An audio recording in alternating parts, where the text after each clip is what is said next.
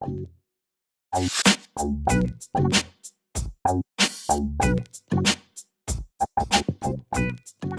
c'est Redtest et aujourd'hui on va tester une souris qui est pour moi une des meilleures du moment. Vous l'avez peut-être reconnue ou pas. Je parle de la Logitech MX Anywhere 2.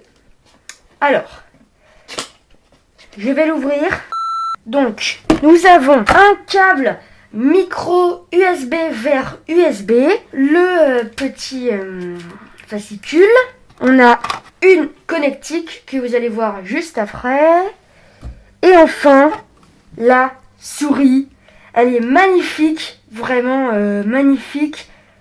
Bon, allez, c'en est fini pour l'unboxing. Tout de suite, la présentation.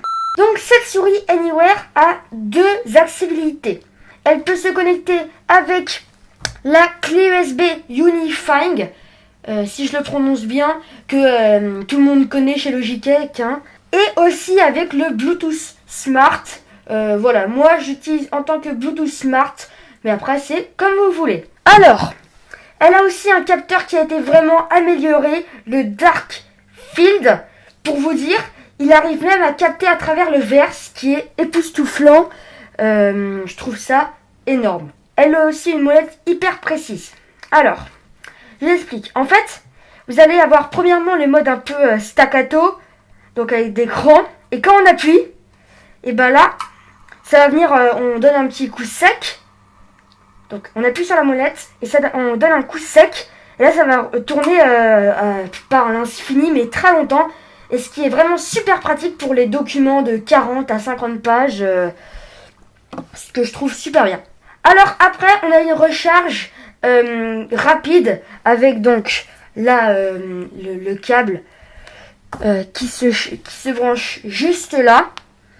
Donc c'est une recharge rapide pour environ 2 mois d'utilisation, ce qui est correct. Et après, le dernier truc que j'adore sur cette souris, c'est le Easy Switch, qui est disponible que dans la version MX.